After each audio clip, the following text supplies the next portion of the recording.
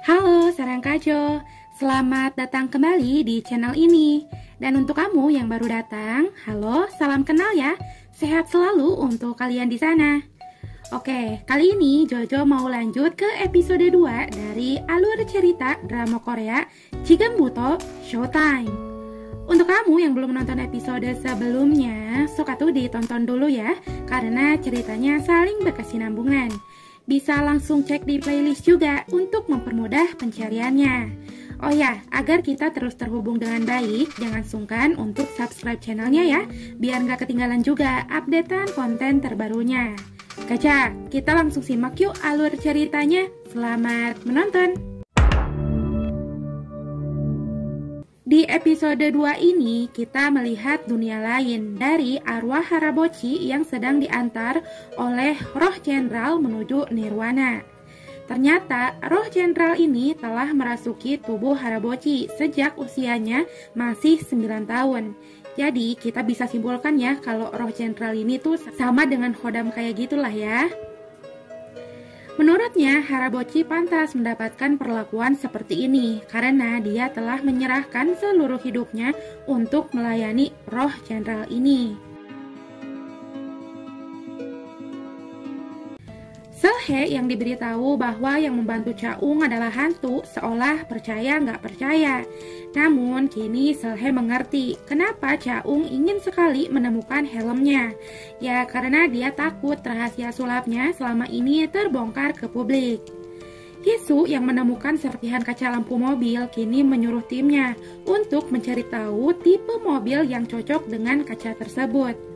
Setelah dijelaskan secara detail, akhirnya Chaung dan Seolhae membuat kesepakatan di mana dia akan membantu Seolhae untuk menangkap si pelaku dan sebagai imbalannya dia ingin seluruh video rekamannya itu dihilangkan. Untuk mempercepat pencarian, Chaung menyuruh 3 staf gaibnya pergi ke kantor polisi agar bisa mendapatkan informasi. Di kantor, Hisu mendapat laporan bahwa kaca lampu mobil tersebut berasal dari tipe mobil mewah. Namun mereka belum mengetahui siapa pemiliknya, karena di lokasi kejadian tak ada CCTV. Chaung yang berhasil menemukan Minho di atap gedung apartemennya kini diberitahu bahwa dia akan membantunya untuk bertemu dengan sang istri.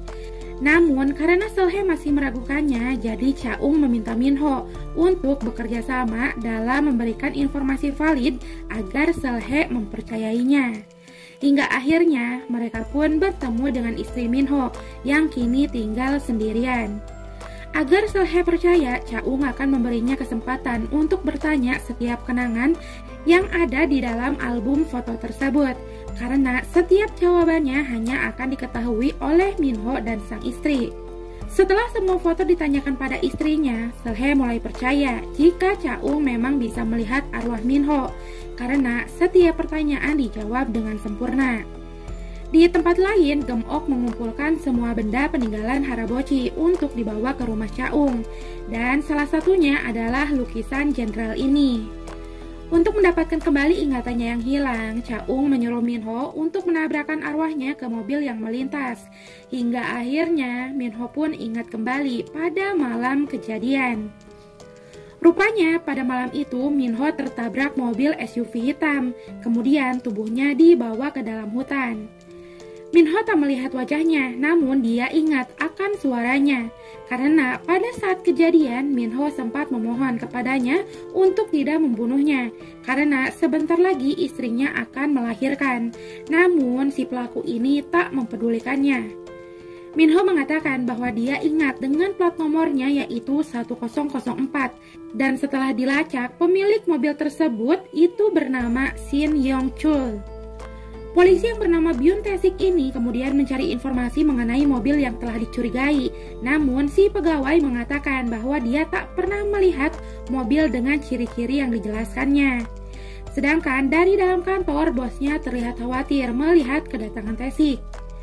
Setelah dicek menggunakan CCTV dari rute yang lain, akhirnya Hisu melihat bahwa mobil yang melintas pada malam itu miliknya Chaung, sehingga dia pun langsung bergegas untuk menangkapnya. Tiba di lokasi, Seolhae dan Chaung melihat mobil berplat 1004 itu hendak diderek.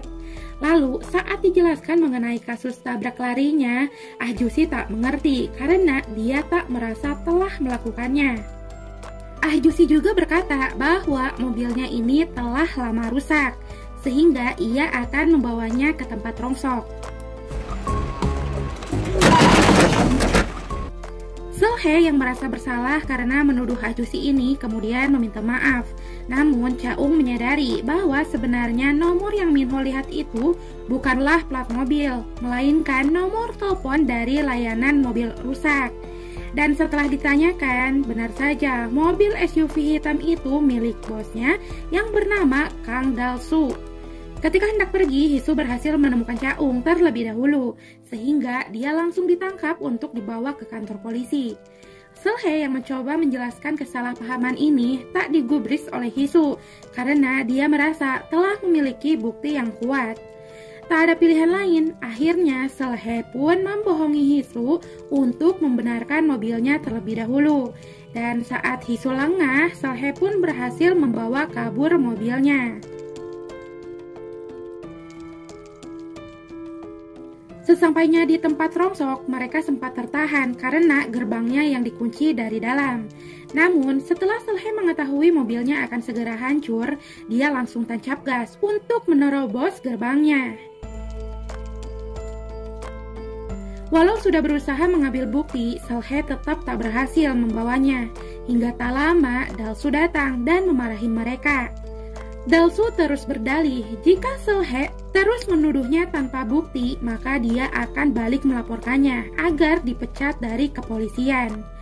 Meski Chaung merasa lega bukti rekamannya telah musnah, dia tetap kasihan pada Seolhae yang menangis karena tak bisa menangkap pelaku sebenarnya.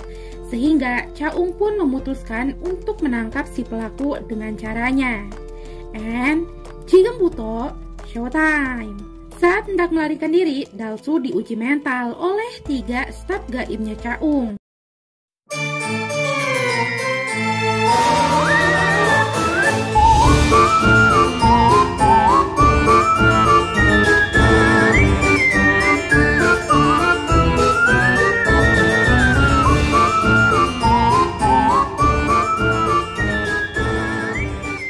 Hingga akhirnya Dal-soo pun menyerah dan mengakui perbuatannya.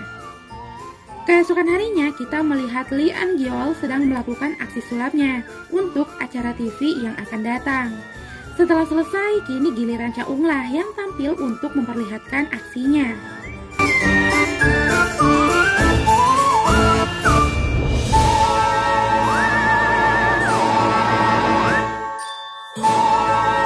Ternyata inilah rahasia dari aksi panggung yang barusan Chaung tampilkan.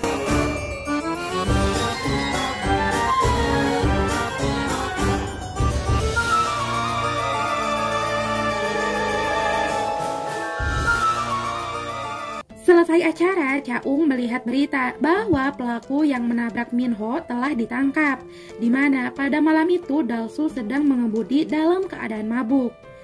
Seolhae yang berhasil masuk TV kemudian direkomendasikan Tae-sik pada sang atasan agar dia bisa dipindahkan jadi detektif.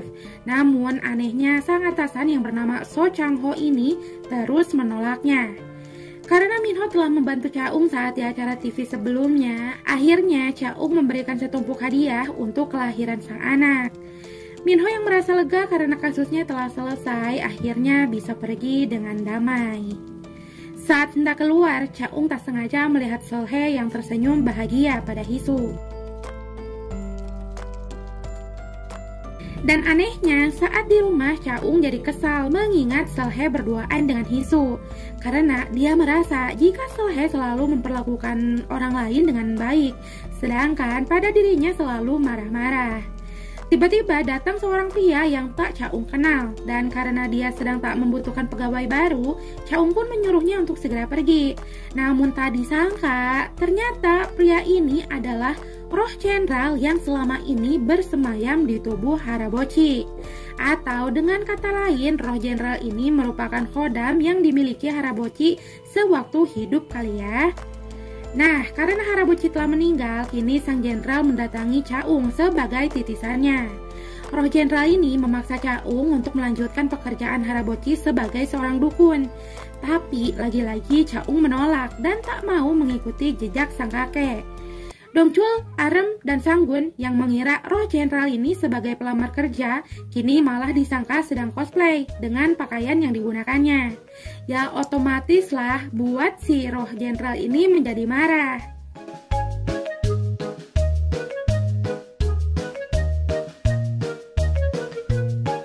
Setelah babak belur, akhirnya mereka pun meminta maaf dan siap melayani sang jenderal dengan baik. Di kantor, Chang Ho melihat foto dirinya bersama seorang pria. Kemudian cerita pun flashback ke masa lalu.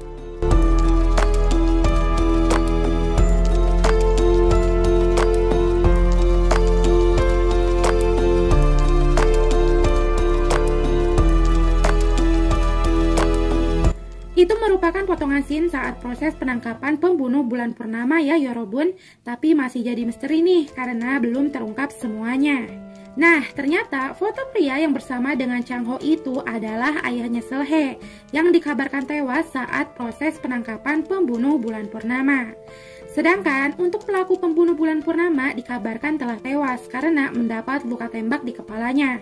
Namun anehnya, jasadnya belum ditemukan hingga sekarang.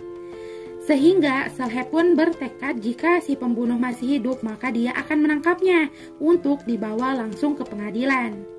Saat tertidur, Chaung didatangi oleh sang jenderal dan seperti diberikan sebuah ingatan. Kemudian, scene pun berganti memperlihatkan sekelompok nelayan di pesisir lautan. Tak lama, seorang pria yang disebut dengan Sundong ini datang membawakan mereka makanan. Ternyata Sundong mengalami hilang ingatan, sehingga Pak B mengangkatnya sebagai anak. Saat sedang membantu Harabochi, Sundong mendengar sesuatu yang mengejutkannya. Dia mendengar suara bisikan dari tengah laut yang terus memanggilnya.